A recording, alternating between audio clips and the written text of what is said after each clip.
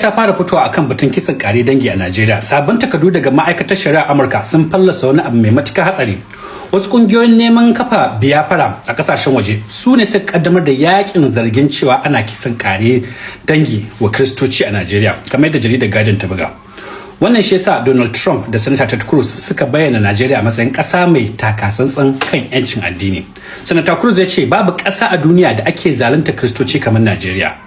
Ya kawo Boko Haram da 'yan ta'adda, mun san da laifinsu, amma ga hakikanin magana wannan zargi na kisa kare dangi ana shiryawa ne, ana ɗaurawa kuma ana turawa kasashen waje daga hannun waɗannan 'yan biyafaran da ke zaune a kasashen waje. Takardun na FARA suna da dangantaka da kamfen ɗin ƙungiyar United States of Biafra, ciki har da gwamnatin Biafra da suke cewa tana cikin hijira.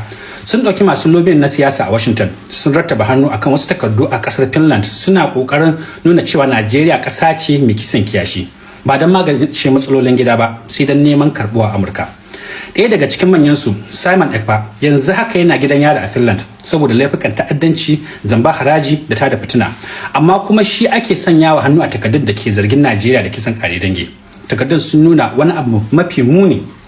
Sakonnin nasu ana yi ne musamman domin jan hankulan wasu 'yan siyasa na Amurka, musamman masu goyon bayan Donald Trump, da zancen cewa goyon bayan biyafara zai ceto Kiristoci kuma zai takaita tasirin China. Ku saurara da kyau, wannan ba wadda kai bane, wannan injini na siyasa da aka sarrafa shi da kasashen waje. An tsara shi, an ɗauki nauyinsa kuma an tura shi domin canza da turawan waje suke kallon Najeriya.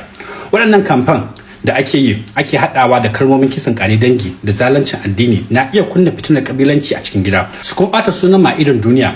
Dangane da rashin tsaro da muke fama da shi, duka mun san gaskiya.